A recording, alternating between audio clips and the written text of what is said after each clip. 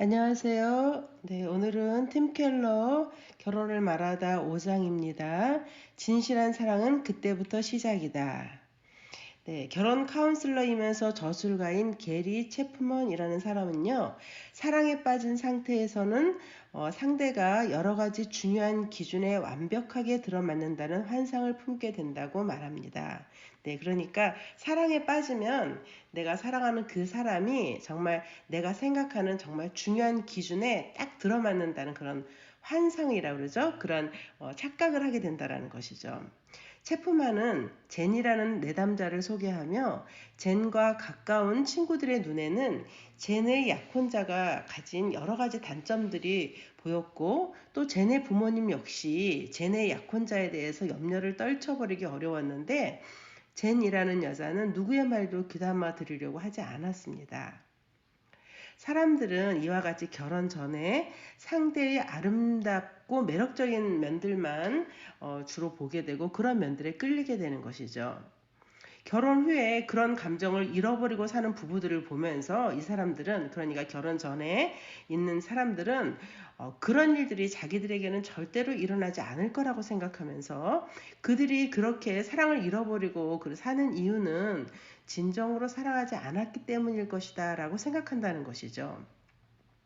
그러나 결혼 후에 상대방의 결점이 밝히 보이는 순간 콩깍지는 떨어져 나가고 사소하게 보였던 단점들이 점점 크게 다가오면서 결국 내가 잘못된 선택을 했구나 라고 자책하게 된다는 것이죠.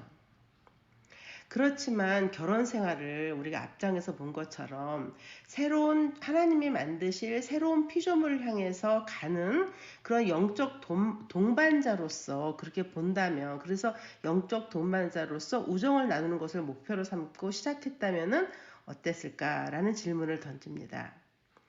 그런 결혼 생활, 즉 서로 하나님이 빚어가시는 새 사람이 되도록 서로서로 돕는 부부의 삶이 되도록 하기 위해서는요, 뭐가 필요한가 하는데 첫 번째, 진실의 힘이라는 것이죠.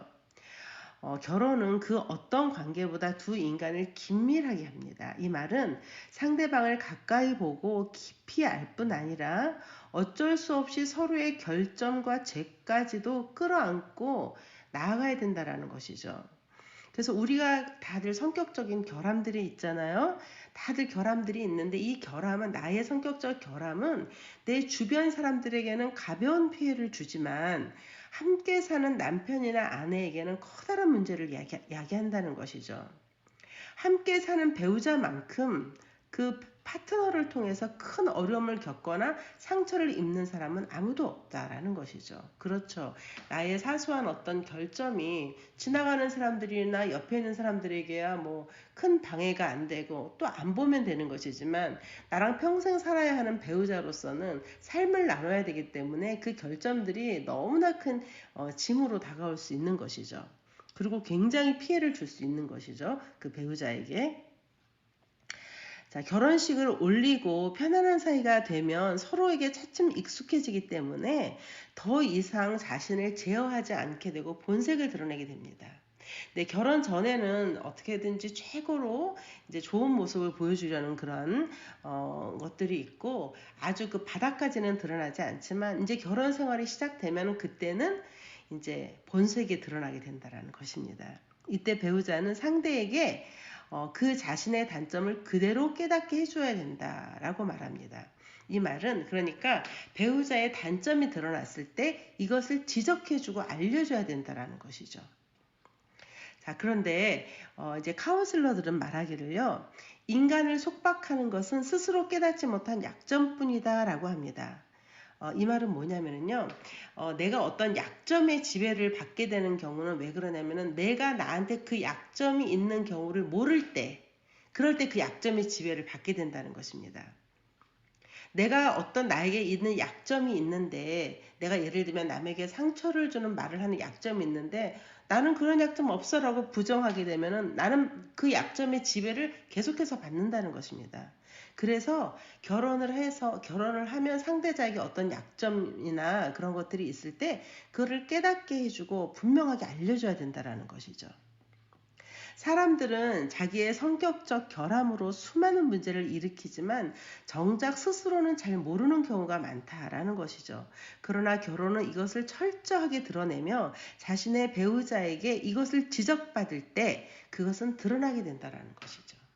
네, 근데 사실은요, 결혼 생활 해보면은 배우자만이 또 지적해 줄 수 있습니다. 나의 어떤 그런 결점을 다른 사람들은 잘 지적해 주지 않거든요. 그러니까 배우자만이 지적해 줄 수 있고, 또 배우자만이 그것을 고쳐줄 수 있는 것이라는 거죠.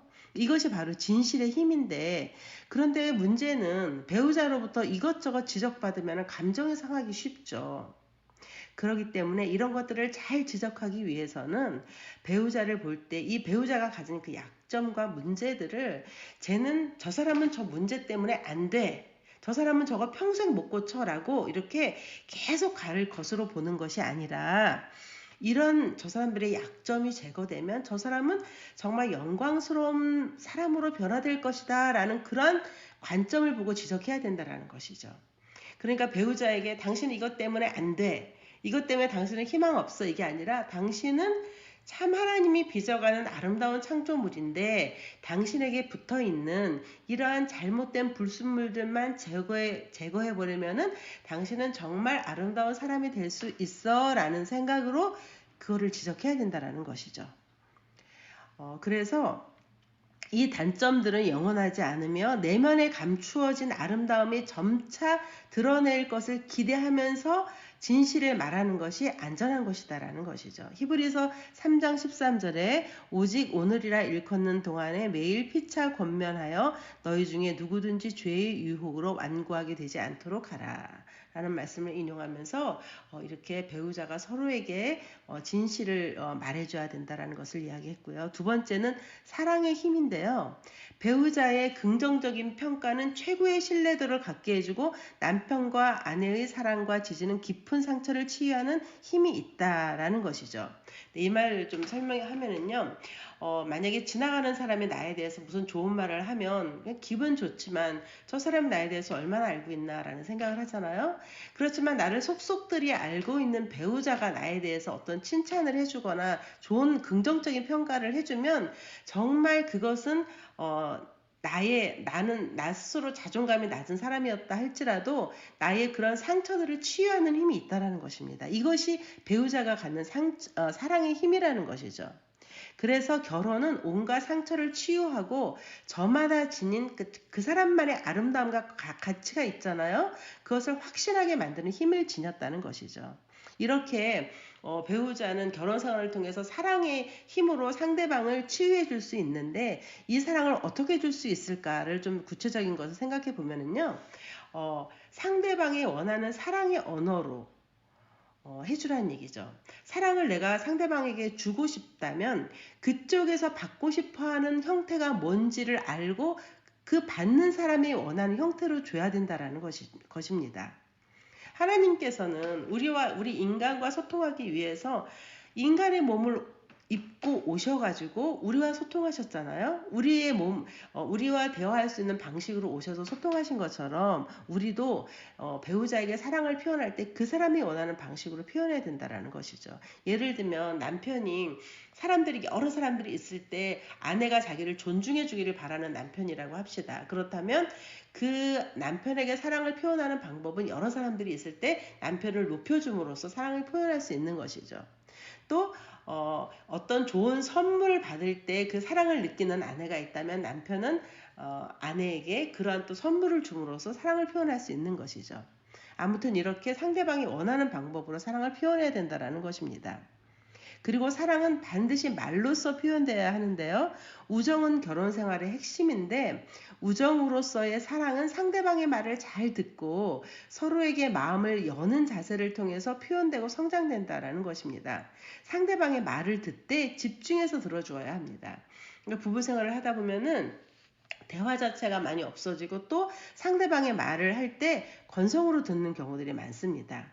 그런데 진정한 우정을 가꾸기 위해서는 잘 듣고 집중해서 들어주는 것이 필요하다는 것이죠. 그리고 섬김은 가장 강력한 사랑의 신호인데요. 서로를 섬기는 것은 배우자를 깊이 존중한다는 뜻입니다.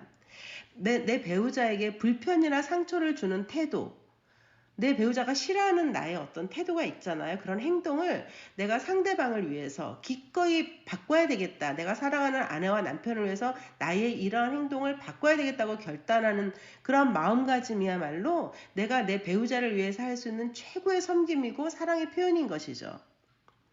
섬김으로서의 사랑은 행동을 바꿀 수 있는 힘이 있고 변화를 일으킬 수 있는 힘이 있습니다. 그래서 영적으로 성장할 수 있게 서로를 섬기는 것보다 더 큰 사랑은 없다라는 것이죠. 서로 영적으로 성장할 수 있도록 섬겨주는 것. 이것이 가장 큰 사랑이라는 것입니다. 그래서 결혼의 진실의 힘은, 결혼 생활에 있어서 진실의 힘은 스스로의 본 모습을 그대로 볼 수 있게 해주는 능력을 가리키고요. 사랑의 힘은 각자의 마음속에 있는 깊은 상처를 치유하는 능력이 있습니다.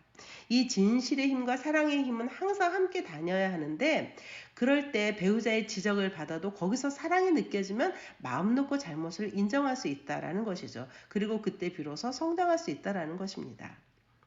나를 위해서 십자가에 돌아가시고 나를 용서하시고 내 죄를 멀리 치워버린 예수님을 주목한다면 우리도 배우자에게 똑같은 사랑을 베풀 힘이 생긴다라는 것이죠. 주님의 사랑을 경험한 사람은 배우자에게 당신의 잘못을 다 알아요. 하지만 용서하고 덮겠어요. 예수님이 내 죄를 덮어주셨기 때문이죠. 라는 마음이 생기게 된다는 것이죠.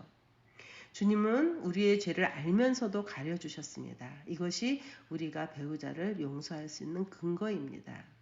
신령한 눈으로 배우자를 바라본다는 것은 곧 그 안에 계신 하나님을 본다는 것이고, 마치 원석 그 바위 속에 숨겨져 있는 다이아몬드를 보는 것처럼 주님의 눈으로 배우자를 바라보면은 그 속에 있는 아름다움을 보게 될 것입니다.